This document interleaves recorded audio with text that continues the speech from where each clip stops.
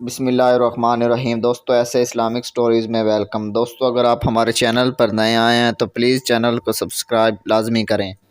حضرت عیسیٰ کا ایک آدمی کو جانوروں کی زبان سکھانے کا واقعہ۔ ایک شخص نے حضرت موسیٰ علیہ السلام سے درخواست کی کہ مجھے جانوروں کی زبان سکھا دیں کہ ان کی باتوں سے مجھے کس قدر عبرت حاصل ہو، کیونکہ انسانوں کی باتیں تو اپنے ہی مفاد کے گرد گھومتی ہیں کہ جانور معاذ آخرت کے بارے میں بات کرتے ہوں۔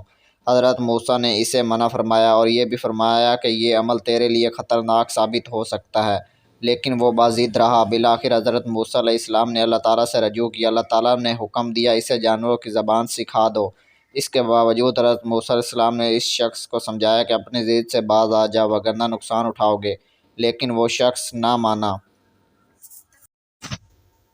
بالآخر موسیٰ علیہ السلام نے اسے مرغ اور کتے کی بولی سکھا دی۔ انہوں نے اس شخص سے فرمایا کہ اللہ تعالیٰ نے مجھے محض اتنی ہی اجازت فراہم کی ہے۔ اگلے روز وہ آزمانے کی خاطر گھر کے دروازے پر آ کھڑا ہوا۔ اس کی خادمہ نے اندر سے دسترخوان اٹھایا اور اسے باہر گلی میں جھاڑا۔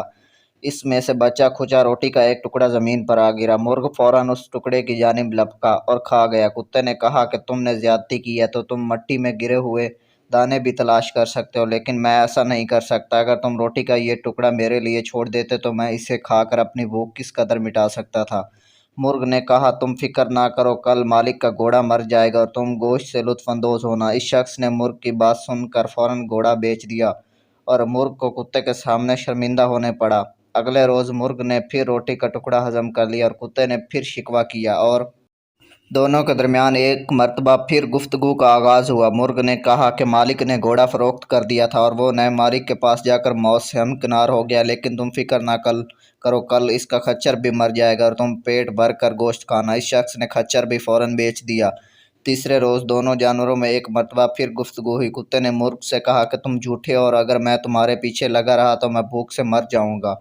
مرغ نے جواب دیا کہ مالک نے خچر بیچ دیا اور وہ نئے مالک کے پاس جا کر مر گئے، لیکن کل اس کا غلام بھی مر جائے گا اور کتوں اور بھکاریوں میں روٹیاں تقسیم ہوگی، تم بھی خوب پیٹ بھر کر کھانا کھانا۔ اس شخص نے فوراً غلام کو بیچ دیا اور اس مرتبہ بھی نقصان سے محفوظ رہا۔ وہ بہت خوش تھا کیونکہ جانوروں کی بولی سیکھنے کی وجہ سے وہ مسلسل نقصان سے بچتا چلا آ رہا تھا۔ اگلے روز کتے نے پھر مرغ سے شکوہ کیا کہ اسے جھوٹوں کے سردار تم کب تک میرے ساتھ جھوٹ بولتے رہو گے؟ مرغ نے کہا کہ میں اور میری قوم جھوٹ نہیں بولتے۔ مرغ نے مزید کہا کہ اے کتے تم فکر نہ کرو، کل مالک بذات خود مر جائے گا، اس کے لواحقین گائیں ذبح کریں گے اور تم خوب غذا کھانا۔ اس شخص نے جب مرغ کے منہ سے اپنی موت کی خبر سنی تو وہ فوراً حضرت موسیٰ علیہ السلام کے پاس پہنچا۔ انہوں نے فرمایا کہ تم جس طرح دوسروں کی چیزیں بیچ کر نقصان سے محفوظ رہے ہو، اس طرح اپنے آپ کو بھی بیچ دو۔ موسیٰ علیہ السلام نے کہا اللہ کی قضاء و قدر نہیں ٹلتی، لیکن میں اللہ تعالیٰ سے یہ دعا کروں گا تیرا خاتمہ ایمان پر ہو۔ اس دوران اس شخص کی طبیعت بگڑ گئی اور اس نزع کی کیفیت طاری ہو گئی۔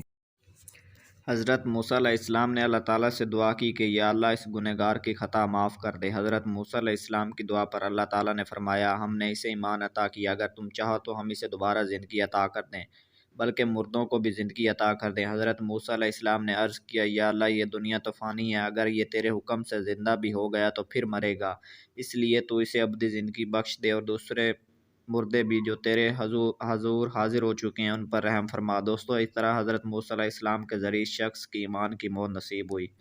اگر ویڈیو اچھی لگی ہو تو لائک اور شیئر لازمی کریں۔